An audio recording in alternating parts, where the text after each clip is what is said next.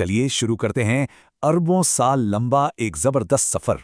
हमारी दुनिया की कहानी, ये कहानी है टकराव की, इत्तेफाक की और हैरत अंगेज बदलावों की। आज हम जो हैं उसे समझने के लिए हमें बिल्कुल शुरू से शुरू करना होगा। सोचिए, एक जहरीली वीरान दुनिया, लावा की नदियां और ऑक्सीजन तो थी ही नहीं।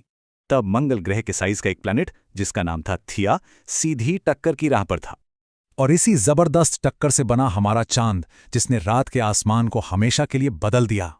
ये बर्फीले कॉमेट्स और एस्टेरॉइड्स अपने साथ हमारे ग्रह के लिए एक कीमती तोहफा लेकर आए।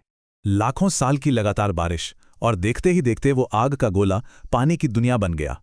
पानी तो था, पर जिंदगी वो अभी नहीं थी। आखिर वो कौन सी चीज थी जो गायब थी? तो जिंदगी यहीं पनपी या सितारों से आई? जो भी हो, एक सिंगल सेल वाले जीव की शुरुआत हुई।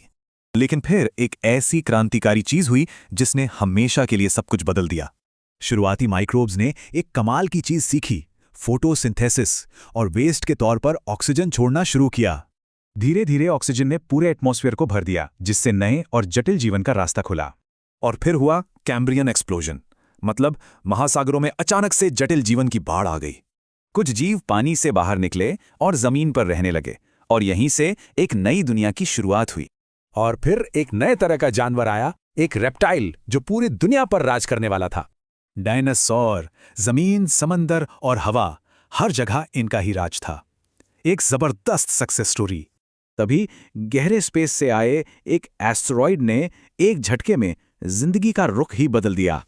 इस टक्कर ने एक महाविनाश को जन्म दिया और धरती से 75% प्रजातियां खत्म हो गईं। डायनासोर का राज तो खत्म हो गया, लेकिन ये एक अंत नहीं, बल्कि एक नई शुरुआत थी। जो छोटे मैमल इस तबाही से बच गए थे, अब उनके फलने फूलने का वक्त आ गया था। लाखों सालों के एवोल्यूशन ने शुरुआती मैमल्स को पहले प्राइमेट्स, फिर वानर और फिर हम में बदल दिया। ये बात कमाल के तरीके से दिखाती है कि हम धरती के हर जीव से कितने गहरे जुड़े हुए हैं। तो अरबों सालों के इत्तेफाक और एवोल्यूशन के बाद हम यहाँ हैं। अब आगे क्या होगा?